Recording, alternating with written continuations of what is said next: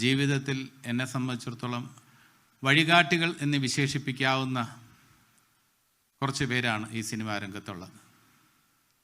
Shri Nedumudi Venu, Sreenivasan, innocent, അങ്ങനെ ജഗതി ചേട്ടൻ, അങ്ങനെയുള്ളവരുടെ ലിസ്റ്റിൽ വളരെ പ്രാധാന്യത്തോടെ വളരെ ആദരവോടെ ഞാൻ എന്നും നോക്കിക്കണ്ടിട്ടുള്ള എൻ്റെ ജ്യേഷ്ഠ സഹോദരനാണ് ശ്രീ വേണു നാഗവള്ളി. വേണുചേട്ടനെ കുറിച്ച് എങ്ങനെ പറഞ്ഞു തുടങ്ങണമെന്ന് എനിക്കറിയില്ല.